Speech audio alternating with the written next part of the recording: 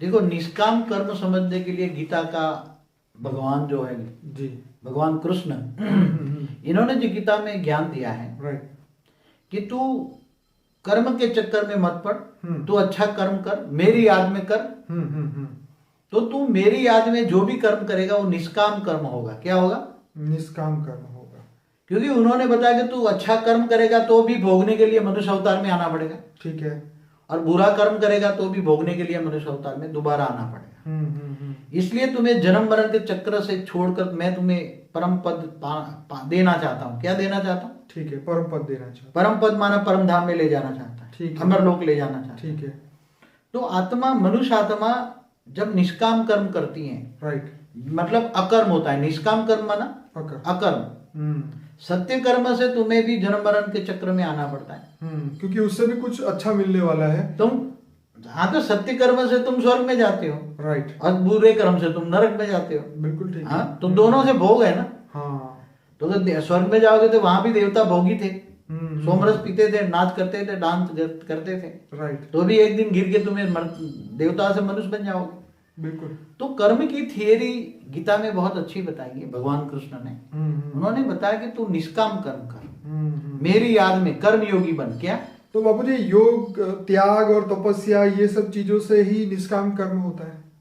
निष्काम कर्म करने के लिए कर्म योगी बनना पड़ता है। ओके। और कर्म योगी कौन बन सकता है? जिनको योग माना कनेक्शन, जिनको परमात्मा से कनेक्शन रखने के लिए परमात्मा कौन है, क्या है, कैसे योग लगाना है, इनका ज्ञान, नॉलेज होना चाहिए। क्या होना चाहिए? नॉलेज। इसलिए गीता का भगवान को जानने के लिए भगवान कृष्ण ऑलमाइटी अथॉरिटी के अवतार थे। इन्होंने गीता ज्ञान दिया। राइट। गीता के जो बोल है श्री मुख कृष्ण के मुख से निकले, मगर उसको समझना आजकल किसी के मतलब मन की बात नहीं है। वो उसका आजकल क्या है, जो धर्म है ना, धर्म माना धारणा, जीवन को जो श्रेष्ठ आचरण है वो धारणा को धर्म कहते हैं। मगर त्याग और तपस्या का नाम नहीं रहा। आज लोग गीता के नाम पर कर्म योगी बनकर जो प्रवचन देते हैं, जो भी देते हैं, तो योगी के बजाय भोगी बन जाते हैं।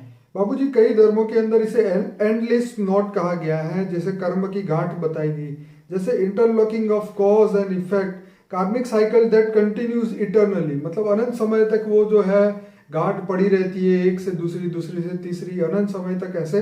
तो ये गांठों में से निकले कैसे इंसान? क्या इसको योग, ज्ञान, तपस्या से, कुछ निष्काम कर्म से भी कुछ प्राप्ति होती है? देखो, पहले तो तुम्हें ये जो कर्म बंधन है जी, कर्म बंधनों की जो गांठें लगी पड़ी है, राइट, इसके कारण तुम जन्म मरण के चक्र में आते रहते हो। बिल्कुल। या मरने के बाद भी भूत प्रेत पिशाच बनते रहते हैं लोग। ठीक है। तो इन सभी जन्म मरण के चक्र से छोड़ने के लिए, जीवन मुक्ति में आने के लिए, मुक्ति पाने के लिए तुम्हें चाहिए आत्मा की पावर।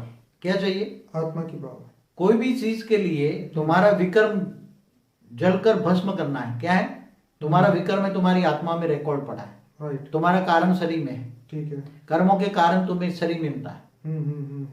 इसलिए पूरी धरती पर किसी का फेस एक दूसरे से मिलता है? नहीं मिलता। किसी का डीएनए एक दूसरे से मिलता है? जी नहीं। क्यों नहीं मिलता? क्योंकि तुम्हारा जो कर्म बंधन से कारण शरीर बनता है, कर्मों के कारण कारण शरीर बनता है, कारण शरीर से सूक्ष्म शरीर बनता है, सूक्ष्म शरीर से स्थूल शरीर बनता है। ठीक है। और इसके अंदर तुम्हारा सबका डीएनए अलग अलग है। डीएनए का कारण है कर्म बंधन।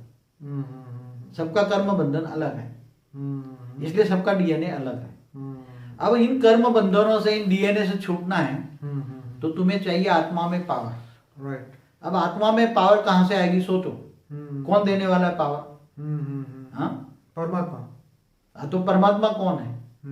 हाँ, तो परमात्मा को तुम कैसे जानोगे, मानोगे, फिर इसकी श्रीमत, इसके कहने पर चलना माना श्रीमत पर चलोगे, श्रेष्ठ मत पर चलोगे। राइट।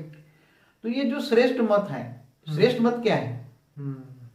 श्रेष्ठ मत, परमात्मा की मत को श्रेष्ठ मत कहते हैं। उसके कहने पर चलोगे तो आज सभी धर्मशास्त्र, ढेर के ढेर धर्मशास्त्र बन गए। अब सभी धर्मशास्त्रों में तो परमात्मा की पहचान क्या है? कोई नूर को, कोई निराकार को मानता है, कोई साकार को मानता है, कोई देवी देवताओं की पूजा करता है, कोई बलि चलाकर पिशाचिनियों को भोग लगाता है। हाँ, तो ये वास्तव में सबसे पहला सब्जेक्ट है पावर लेने के लिए नॉलेज, ज्ञान। और ज्ञान कहाँ से प्राप्त होगा? ज्ञानी पुरुषों से। अब ज्ञानी पुरुष धरती पर कौन है ये सोचो तुम। ज्ञान किससे मिलेगा? परमात्मा की पहचान कैसे मिलेगी? ज्ञान से। इसलिए गीता में क्या कहा? मैं जप तप ध्यान योग से नहीं मिलता, मैं ज्ञान से मिलता हूँ। तो ज्ञान ढूंढो, योग लगाओ, मेरी जो योग की सीढ़ी है उसमें जाओ। इसमें बापूजी को और बात कहना चाहूंगा, जैसे गुड कर्म को जो है, गुड कर्म है वो फ्यूचर हैप्पीनेस है, और बैड कर्म जो है वो फ्यूचर सफरिंग है। मतलब आज का अच्छा किया हुआ खुशी लाएगा और बुरा किया हुआ हमारे लिए दुख लाएगा। अब यहाँ हम ये चाहते हैं कि इस कर्म को रीबर्थ के साथ क्या जोड़ सकते हैं? क्यों नहीं? कर्मों के हिसाब किताब से ही तुम्हारा नया जन्म, अगला जन्म निश्चित होता है ना। जैसे ये जन्म भी अगले जन्मों का कर्म बंधन से तुम्हारा ये जन्म हुआ ना, ऐसी तरह ये जन्म के कर्म बंधन से अगला जन्म निश्चित होता। कर्म बंधन से ही। तो कर्म बंधन से मुक्ति होने के कारण, मुक्त होने के लिए तुम्हें आत्मा में पावर लो, ज्ञान लो, योग लगाओ ऑलमाइटी अथॉरिटी से, तो कर्म बंधन से विकर्म विनाश हो जाएंगे। योग बल से, योग अग्नि में जलकर भस्म हो जाएंगे। क्या? योग अग्नि में, वो परम अग्नि होगी। क्या होगी? परम लाइट होगी। परमात्मा से परम लाइट मिलेगी, परम प्रकाश मिलेगा। वो तुम्हारी आत्मा में आएगा, कारण शरीर में जो नेगेटिव रिकॉर्ड है सब जलकर भस्म हो जाएगा।